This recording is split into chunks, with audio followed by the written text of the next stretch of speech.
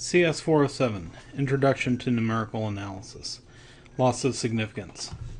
This section focuses on how we can reduce loss of significance in our calculations, particularly in subtraction. Various techniques can be used, such as rationalization, Taylor series, trigonometric identities, double precision arithmetic, and range reduction, to name a few. We can't always know when loss of significance will occur in a long computation, but we should be alert to the possibility and take steps to avoid it if at all possible. So, this begins with a discussion of significant digits. Suppose that x is a real number expressed in normalized scientific notation in the decimal system. That is, x is equal to plus or minus r times 10 raised to the n, where r ranges somewhere between 1/10 and is less than 1. For example, we might have x is equal to 0.37211498 times 10 to the minus 5th. Here, the digits 3721498 used to express r do not all have the same significance, because they represent different powers of 10. In particular, 3 is the most significant, and 8 is the least significant digit. In our common number systems, significance of digits diminishes from left to right. So let's take a look at exact quantities. If x is a mathematically exact number, then its approximate decimal form can be given with as many significant digits as we really wish to have. For example, pi over 10 is 0.314159265358979, etc., and all the given digits are correct. Now, this is going to change when we have measured quantities. Every measured quantity involves some error whose magnitude depends on the nature of the measuring device. If a meter stick is used, it's not reasonable to measure any length with precision better than 1 millimeter. The result of measuring, say, a plate glass window with a meter stick should not be reported as 2.73594 meters, because we don't have that level of detail when we're doing the measurements. Only the digits that are believed to be correct or in error by most a few units should be reported. It's a general scientific convention that the least significant digit given in a measured quantity should be in error by at most 5 units. That is, the result should be rounded correctly. And in any case, you should never trust inches. So let's take another look at measured quantities. And similar results can pertain to quantities computed from these measured quantities. So, for example, the side of a square is measured to be 0.736, then one can assume that the error does not exceed a few units in the decimal place. However, if we multiply that by the square root of 2, then we should not report the diagonal as 0.1040861182 times 10 to the 1, since we really only have 3 significant digits. It should probably in this case be reported as 0.1041 times 10 to the 1, or probably even more conservatively as 0.104 times 10 to the 1. The infinite precision available in the square root of 2 equals 1.412135623, etc. doesn't convey any more precision to s times the square root of 2 than we already had present in the measurement s. But computers can cause loss of precision, and some people are surprised to learn that this can happen inside the computer. It's important to understand how this can happen so we don't place any blind trust in the numerical output from the computer. One of the most common causes for this deterioration in precision is the subtraction of one quantity from another nearly equal quantity. This effect is potentially quite serious and can be catastrophic. The closer two numbers are to each other, the more pronounced the effect. Let's take a look at an example. So, consider y is equal to x minus sine of x. And let's assume that we're evaluating at some point x is equal to 1/15. Okay, here x is going to be equal to 6 bar times 10 to the minus 1. And sine of x is going to be 0.66617299492 times 10 to the minus 1. Those are pretty close. So when we get x minus sine of x, what we end up getting is 0.000493717 times 10 to the minus first. Now, by convention, we want to make that first decimal non-zero, so we can get 0.4937175,000, because we're moving this over to the left in this case, and we add on 3 0 digits to denote that shift, and multiply this by 10 times the minus 4. Those 3 zeros have been supplied by the computer in the last 3 significant decimal places. These are called spurious zeros, and spurious zeros are not significant digits, so we shouldn't apply any significance to those digits whatsoever.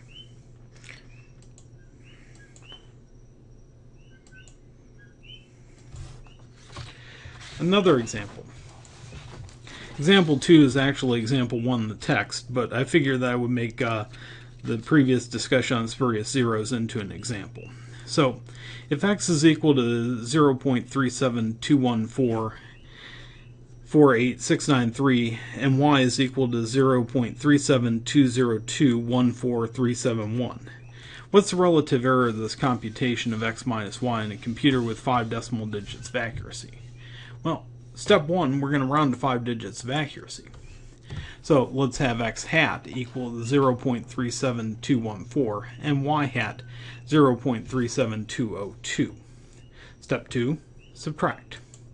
Okay, so x hat minus y hat is 0.00012, and the original x minus y, in order to calculate the error, is 0.001234322. Now we compute the relative error.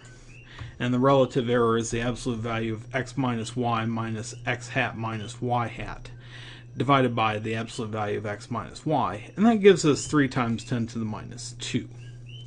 The magnitude of the relative error is quite large compared with the relative errors of x hat and y hat. So this warrants a bit of discussion. And it should be emphasized that this discussion does not pertain to the operation float of x minus y gets assigned to x minus y, but rather to the operation the float of x minus the float of y, because we're doing the rounding first. Round-off error in the first equation is governed by float x minus y is equal to x minus y plus 1 plus delta, where delta is somewhere less than 2 to the minus 24th. On a 32-bit word length computer, and on a 5-digit decimal computer, it would be less than 1/2 times 10 to the minus 4th. You'll remember the delta from the discussion in section 1.3 of the text. So, in example 2, we observe that the computed difference of 0.00012 has only 2 significant digits of accuracy. In general, one expects the numbers and calculations in this computer to have 5 significant digits of accuracy. Well, one solution is to anticipate that this can occur and then to reprogram. In one simple technique, it may be possible to carry out part of the computation double precision arithmetic and then store the result in float. If we did that in example 2, we would get 0.12343 times 10 to the minus 3, which has our 5 digits of accuracy. Of course, a drawback to this is the programmer or analyst must know in advance when double precision arithmetic will be necessary in the computation. Double precision also takes more resources, and sometimes even that's not enough. Sometimes a change in formula can help us. So let's take a look at some of the details in terms of how much we can lose in terms of precision. So before considering these other techniques for avoiding the problem, we can ask the following question. Exactly how many significant binary digits are lost in the subtraction x minus y when x is close to y? And Theorem 1 tells us the answer to this. If x and y are normalized floating point numbers, where x is bigger than y and y is bigger than 0, if 2 to the minus p is less than 1 minus y divided by x, which is less than 2 to the minus q, so 1 minus y over x ranges between minus 2 to the minus p and 2 to the minus q, for some integers p and q, then we lose at most p and at least q significant bits. and the subtraction of x minus y. Let's see how this would come into play in a example. So consider subtracting 37.584216 from 37.593621. How many bits of significant will be lost? Well, let's have x denote the first number and y the second. Now, 1 minus y over x with the aid of our handy calculator is 0.0002501,754. This lies somewhere between 2 to the minus 11 and 2 to the minus 12. Hence, we lose at least 11, but not more than 12 bits of digits. Let's take a look at an example in decimal form. And the subtraction of y equals 0.6311 from x equals 0.6353. How many bits of significance will be lost? As you can see, these are pretty close in terms of 1 minus y over x is equal to 0.00661, which is less than 10 to the minus 2. And in the subtraction, we have 0.0042. So we have two significant digits in the answer, but 4 in the original, so we did end up losing at least 2 significant digits in that example. Okay, so how can we avoid some of these? Well, technique 1, we can rationalize. So consider the function f of x is equal to the square root of x squared plus 1 minus 1. It's going to create some problems when x gets to be near 0. Well, one solution to this is to rationalize the function by removing the radical in the numerator to avoid loss of significance. To wit, we can multiply by x squared plus 1 over itself. So that is the square root of x squared plus 1 over the square root of x squared plus 1 plus 1. And that gives us a rational number in the numerator. And this procedure allows the terms to be canceled and therefore removes the subtraction. For example, if we use 5 decimal digit arithmetic and x is equal to 10 to the minus 3, then the original f of x will be computed incorrectly as 0 by the first formula. But using the second formula, we get 1/2 times 10 to the minus 6. If we use the first formula with double precision, we ameliorate that difficulty, but it's not circumvented altogether. For example, in double precision, we would end up having the same problem when x was equal to 10 raised to the minus 6. Well, I've told you Taylor series would come up time and time again throughout this course, and here they are again. How accurate can the values of the function f of x equals x minus sine of x be computed near x equals 0? Well, if you're being careless or just quick, I guess, you'll code it as indicated, and you run into pretty severe problems near 0. As an alternative, you can actually use Taylor series for sine of x, and this is one of those well-known and familiar Taylor series that we talked about in section 1.2. In this case, sine of x is equal to x minus x cubed over 3 factorial plus x to the 5th over 5 factorial minus x to the 7th over 7 factorial, and it keeps alternating all the way out. So f of x is x minus this Taylor series for sine of x. And that would cancel out the two x's and reverse the signs in this case.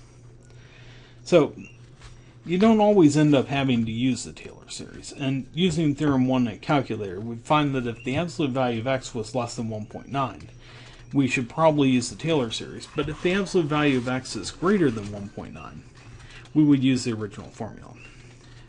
Page 61 of the text gives a pseudocode procedure for computing this quantity using that fact. The terms and the partial sums in the series can be obtained inductively, so we end up with a pretty efficient algorithm. And I think I'll have you code that up in the lab associated with this lecture. Example 6 on page 61 to 62 gives another example of where Taylor series are useful for avoiding loss of significance and subtraction. Example 3, good old trigonometry. Now, I really don't like how he phrased the example here in terms of criticize the assignment statement. It sounds pretty vague, and you could probably say that it was ugly. But what he's getting at is that when x is equal to pi over 4, we get a real loss of significance because those get pretty close to one another. What we can do is we can instead use a trigonometric identity where cosine squared of x minus sine squared of x is equal to cosine 2x. And we can get better results near that pi over 4 point. Another criticize this assignment statement is for y equals natural log of x minus 1. If we end up using this expression for x near e, the natural log of e is 1, and we get a pretty hard loss of significance. We can do better noting that the natural log of e is 1, and so the natural log of x minus the natural log of e is equal to the natural log of x divided by e. So we could use natural log of x divided by e and avoid that problem or ameliorate it in some fashion. Another technique for large numbers, and what can cause a subtle loss of significance, is evaluation of various library functions with very large numbers. Basic property for the function sine of x is its periodicity. It repeats every 2 pi. So sine of x is equal to sine of x plus 2n times pi for all real values of x and for all integers values n. You only need to know the values of x in some fixed interval of length 2 pi. So this property can use to compute evaluation of sine of x, and it's called range reduction. For example, we can reduce sine of 12532.14 to the sine of 3.49 by using a suitable multiple of 2k pi. So this creates a small problem. Our original argument had 7 significant figures, and the reduced argument has only 3. The remaining digits disappear in the range reduction, since 3.47 has only 3 significant figures. Our computed value of sine 12532.14 will have no more than 3 significant figures. Decrease in precision is unavoidable if there's no way of increasing the precision of the original argument. If the original argument can be obtained with more significant figures, these additional figures will be present in the reduced argument. In some cases, long double or double precision programming will help. So, in summary, to avoid loss of significance in subtraction, one may be able to reformulate the expression using some techniques such as rationalizing series expansions, mathematical identities, or range reduction. And last bullet is a shorter version of Theorem 1 that tells us how much loss of significance we can expect. And if x and y are positive, normalized floating point machine numbers with 1 minus y over x somewhere in the range of 2 to the minus p less than 2 to the minus q for some p and q, then at most p and at least q significant bits are lost in the subtraction of x minus y. Next time we'll visit the Roach Motel of Mathematics department. Linear algebra. Students tend to check in, but they don't tend to check out. We'll make sure you check out that material, and I think we'll have a bit of fun with it.